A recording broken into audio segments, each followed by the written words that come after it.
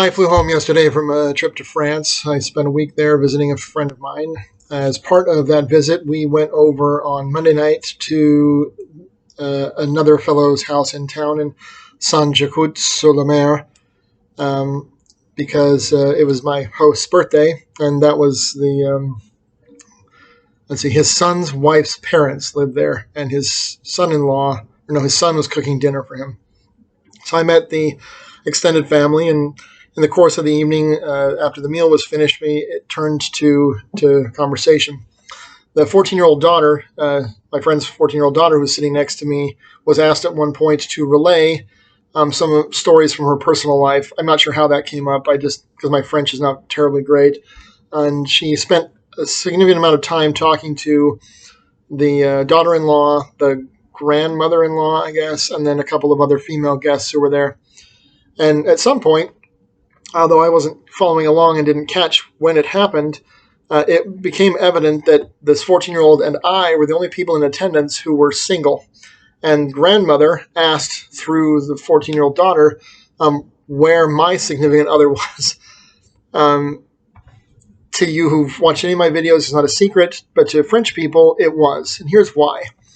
I showed up for dinner, and we asked my friend's son if he needed any help in the kitchen. He said, well, there's a tree that fell down and blocked the parking area where guests usually park. Go see if they need any help. So my friend and I went over there, and father-in-law is there, kind of bewildered at how he's going to move these gigantic trunk sections. They cut it into 1 meter long sections, but the diameter of the log was probably 2/3 of a meter, so 2.5 feet thick. And they were irregular in shape. The two of us, proceeded to move them by rolling them, because that's smarter than picking them up, into where he wanted them, and got them all situated exactly where he wanted with ease. And he was so shocked. And I said two things. Number one, I said, I feel like it would be appropriate for me to earn my dinner. And second, I said, isn't this what Americans do when they come to France, is they help the French remove problems?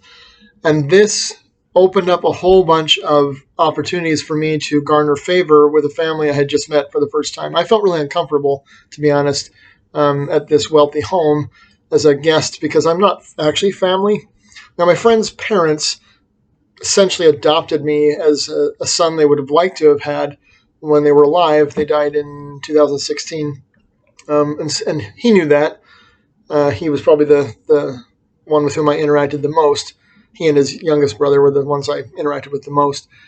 And so we're sitting around the table. Apparently they've been talking about me, talking about the fact that I'm moving firewood, moving trees, making it, suggestions. My French sucks, but I'm trying to talk to everyone, get to know them, introduce myself, share some things, find out about them. I'm basically just being a gracious guest. And so it struck them as odd that I was single. And I explained to them my problems. And daughter-in-law says to me in English, I don't know what the problem is. There seems to be nothing wrong with you. And I said, women I meet tell me that I am either too fat or too poor for them. And grandma says, she says, the women who say this is translated through the 14-year-old girl, the women who have said that to you are foolish. Keep in mind, I've only known this woman for about 4 or 5 hours.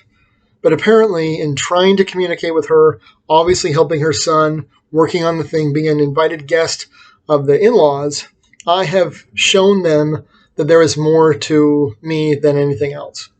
So let's flash forward to the rest of my trip. I spent some time in Brittany and Normandie, and you'll see videos on that later on. I went also down to the Loire Valley, and then I had the chance to spend a couple hours in Paris between when I arrived from Brittany and when I had to be at the airport for my plane trip. And I noticed as I went through Paris and as I got to the Parisian airport and sat at the terminal looking at the other couples, that there was a good reason that they said this. Number one, men in Brittany are not particularly attractive.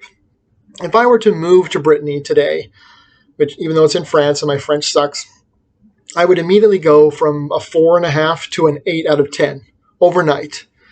not just because of the way I look, but because I speak multiple languages, I have a skill, an education, I'm a hard worker, and I'm good company.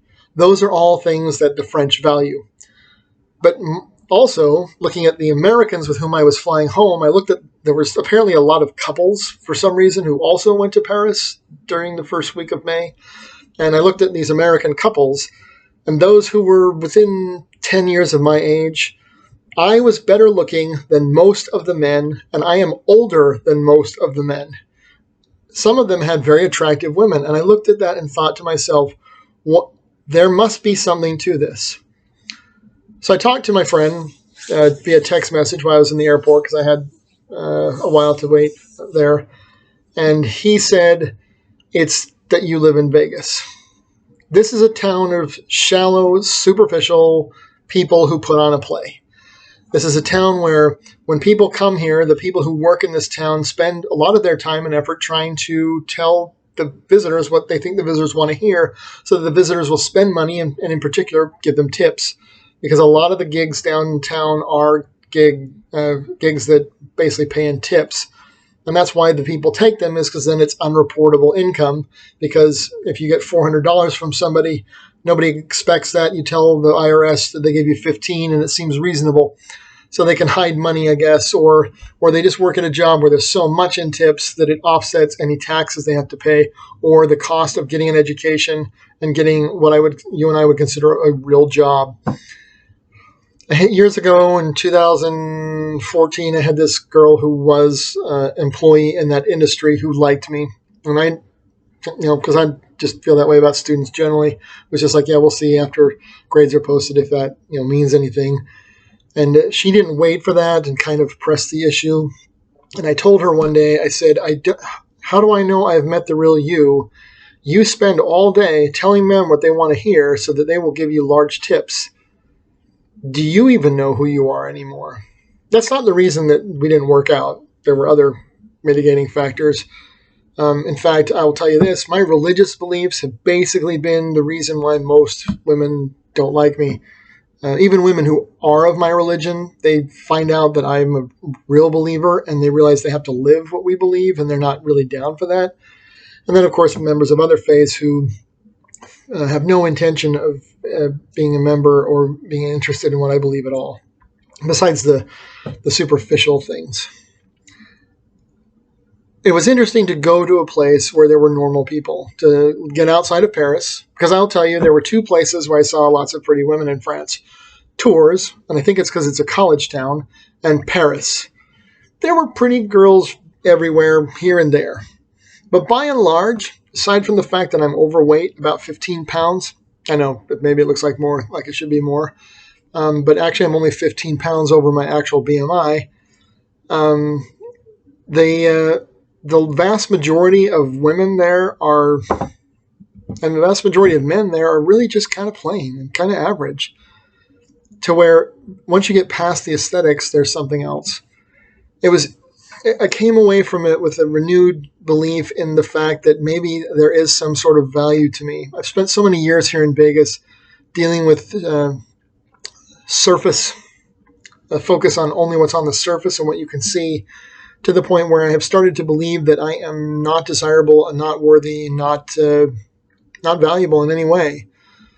Because in the market, your value is basically dictated by whether or not someone buys you or is interested in you in this case. If they're not willing to pay $10, you're not worth $10, even if you feel that you're worth $10. And in the sexual marketplace where I live, based on how women talk to me and treat me, I'm a 1 out of 10. I don't believe I'm a 1 out of 10. That is how they regard me. They're not willing and interested in any kind of transaction between us for the most part, unless they're also what I would consider to be lower shelf for whatever reason. And so I've come to believe over the past few years that I am undesirable. And I sat afterwards, after this conversation in the evening with the 14-year-old girl, and she asked me some very personal questions. And I didn't write anything down because it's sort of inappropriate to hear this from a 14-year-old girl. But basically she told me, you're an awesome guy. You're incredibly desirable. And women who can't see that and won't see that are just dumb. Unfortunately, it seems like I live in a city where everyone is dumb. where everyone is unwilling to see that, and where women that I like don't see anything likable about me.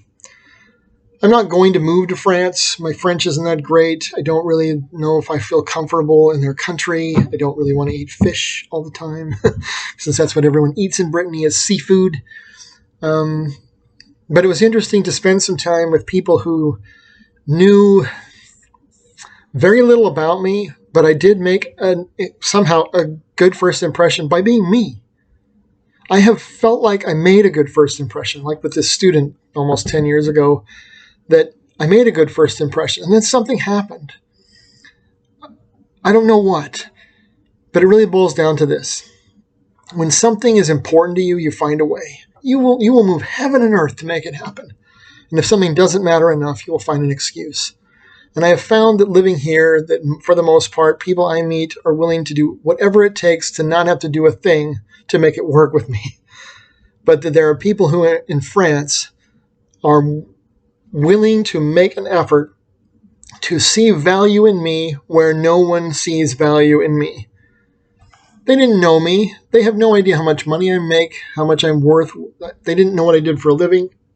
All they knew is that I'm a friend of Paul's, that he brought me over because I was visiting, and that as soon as I arrived, I was funny, I was helpful, and I was friendly. And they invited me, like every other culture I have ever visited, to come and be part of them because I spoke their language, I was interested in them, I was part of their traditions and culture.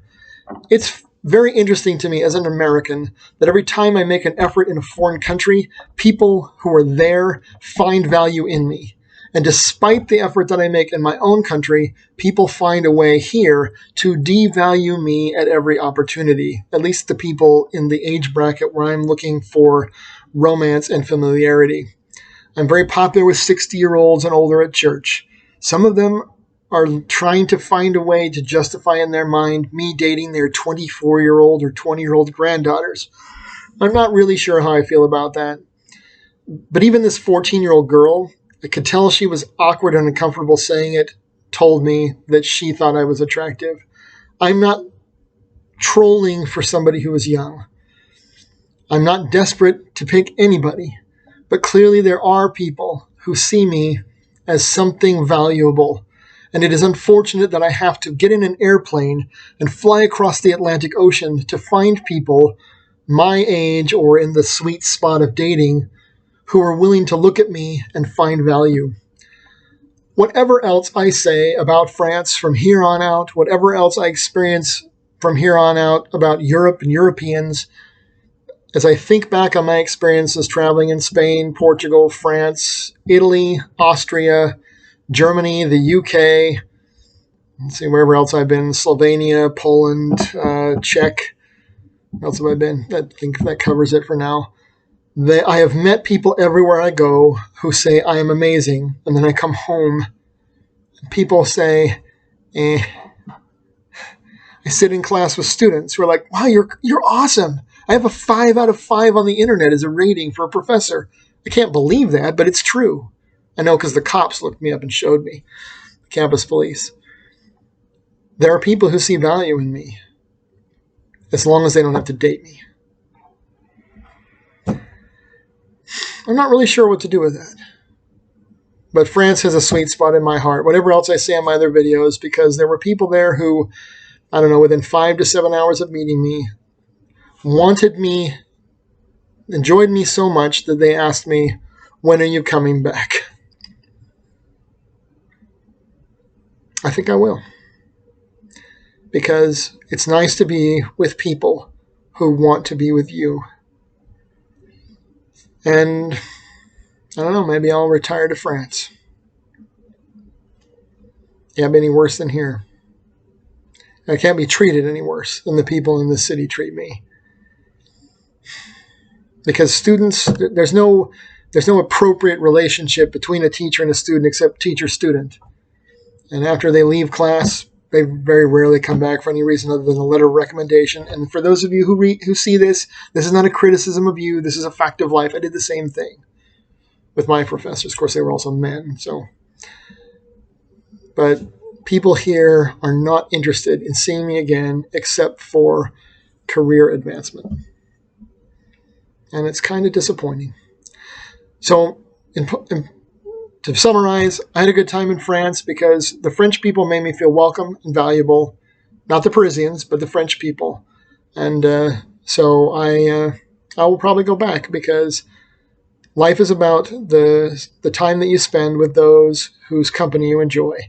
And I think I'd rather hang out with French people than some of the people I know in Vegas.